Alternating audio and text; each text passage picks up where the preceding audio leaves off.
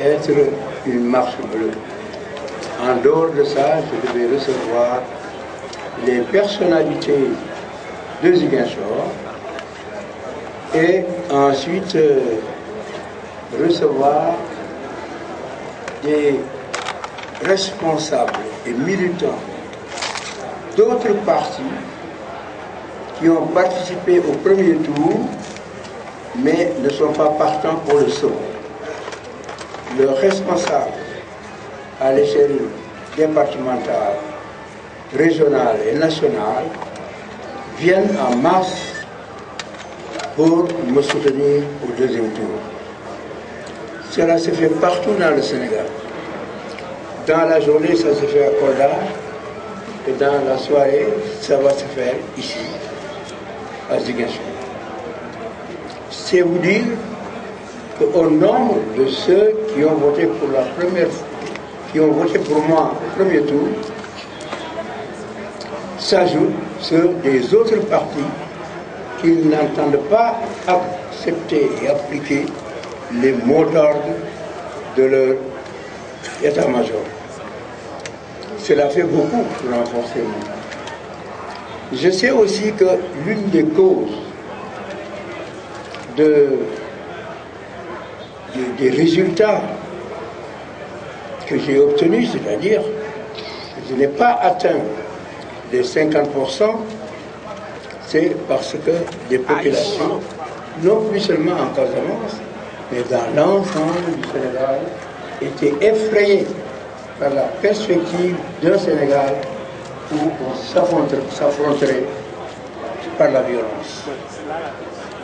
Cela a été dit et développé par des pays étrangers. Et cela m'a pénalisé parce qu'il y a à peu près 50% de Sénégalais qui n'ont pas voté. L'abstention m'a pénalisé. Parce que si sur la première moitié, j'ai 34%, cela veut dire que si l'autre moitié avait voté, j'aurais dépassé largement les 50%.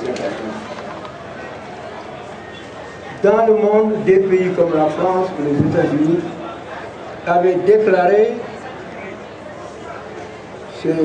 bien avant le premier tour du scrutin, que le Sénégal allait être à feu et à sang. Ça a effrayé beaucoup de Sénégalais. Ils n'ont pas allé voter. Ces élections ont comme témoin des milliers d'observateurs.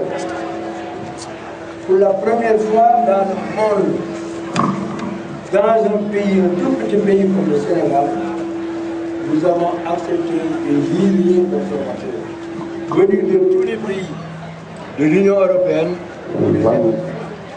Nous avons accepté tout ça. Parce que tous s'attendaient à assister à un spectacle de violence dans un pays de l'on dit. Toutes leurs prévisions ont été démenties. Les élections se sont déroulées dans la paix. Les élections se sont déroulées de manière transparente, de manière donc pacifique et démocratique. C'est eux qui l'ont dit dans leur déclaration après le vote. Je suis très fier d'avoir remporté cette victoire sur mes ennemis intérieurs et extérieurs. Et cette victoire, je l'ai obtenue donc grâce aux Sénégalais. Je suis très fier. Maintenant, nous abordons le deuxième tour. C'est pourquoi je vais rendre visite aux chefs religieux pour leur demander de prier pour la paix pour le Sénégal. La paix pour que les élections se déroulent normalement, démocratiquement, dans la transparence, et que le perdant félicite le gagnant. Cela dit, je parle de paix, et le premier souci de la paix, c'est bien entendu la Casamance. Madame Djelou, Senghor fut mon adversaire, mais un adversaire que je respectais beaucoup. Et c'est pourquoi j'ai pris chez lui des leçons. Senghor a dit, on ne fait pas de la diplomatie sur la voie publique. Vous pensez bien que ce que je dis ou fais avec les responsables du MFDC qui sont dans le maquis avec les armes, je ne vais pas le dire ici. Je serai irresponsable. Je vous en dirai simplement un peu, en laissant beaucoup d'autres choses derrière. Mais comme je sais que vous êtes des militantes de la paix pour la Casamance, quand vous viendrez en cercle un peu plus restreint, je pourrai vous parler de manière responsable. Pour ma part, je dis que c'est Abdou Diouf qui le premier m'a appelé pour résoudre le problème de la Casamance, parce qu'il a pensé que j'étais le seul à pouvoir le faire. L'état-major du Sénégal était venu me solliciter d'abord. Ensuite, Abdou Diouf lui-même m'a confié la Casamance, parce qu'il ne savait plus où aller. Dès que j'ai commencé, certains du PS m'ont dit, mais vous savez, si Wade résout cette question-là, le PS sera terminé en Casamance. Et il me l'a enlevé pour le donner à Marcel Basset par coup téléphonique que j'ai reçu à Paris de la part de Famara et de la Basset. Vous allez me dire, maintenant vous êtes président de la République. Qu'est-ce que vous avez fait pour la paix? Et quand est-ce que vous allez terminer cette mission? C'est un peu votre question. Je vais vous répondre tout en ne pouvant pas tout dire pour que ce soit très clair. Je pense que depuis 10 ans, d'abord, ce n'est pas moi qui ai déclenché cette guerre.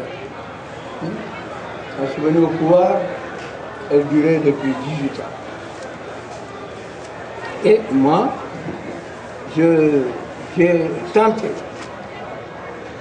de contacter ceux qui se battent pour faire la guerre sans discuter avec les combattants. Les combattants, je les connais. Les grands combattants, les grands chefs du maquis, je les connais. Et c'est ce que je fais à présent. Mais vous pourrez remarquer quand même une accalmie, je ne dis pas la paix. Depuis 10 ans, 12 ans, il y a une accalmie. Et chaque fois qu'il y a un braquage, les gens du maquis nous disent que ce n'est pas nous, et ils nous disent les responsables. Et quand c'est une autre branche du maquis qui est accusée de ça, ils me disent, Monsieur le Président, nous ne voulons pas faire des braquages, mais nous avons fait. Et enfin, nous ne pouvons pas rester mourir dans la bouche. C'est très compliqué. Et je vais vous dire simplement une chose, vous êtes des mères de famille, j'ai nourri moi les rebelles pendant des années. Et je dis, je revendique cette responsabilité, et je serai le seul président de la République à faire ça. Mais je revendique cela. Parce que tout le temps, il n'y avait plus de braquage. Mais on leur a dit, c'est limité dans le temps. On peut continuer à vous nourrir pendant que vous êtes dans le maquis. C'est une histoire qui est vivante. Alors c'est pour ça que nous sommes en discussion, que de temps en temps, et certains sortent. Vous les connaissez, les chefs de guerre, Gérard Atout-Baja est d'accord pour la paix depuis déjà longtemps. C'est une simple question de discussion et de programmation dans les détails. Mais le principe est acquis du désarmement et du déminage. Salif Sadio, nous discutons par intermédiaire, ces hommes viennent nous voir, mais nous n'avons pas encore d'accord. Et de temps en temps, d'ailleurs aujourd'hui, les braquages, c'est avec lui. Dantan nous a dit qu'il était pour la paix, pour le déminage, pour la remise même des armes, pour leur destruction. Vous savez, dans cette guerre, dès qu'une fraction veut faire la paix, il y a quelqu'un qui sort derrière en disant celui-là est en traite. Et il prend le maquis avec quelques mécontents. Donc, il y a une multiplication comme ça des chefs de guerre.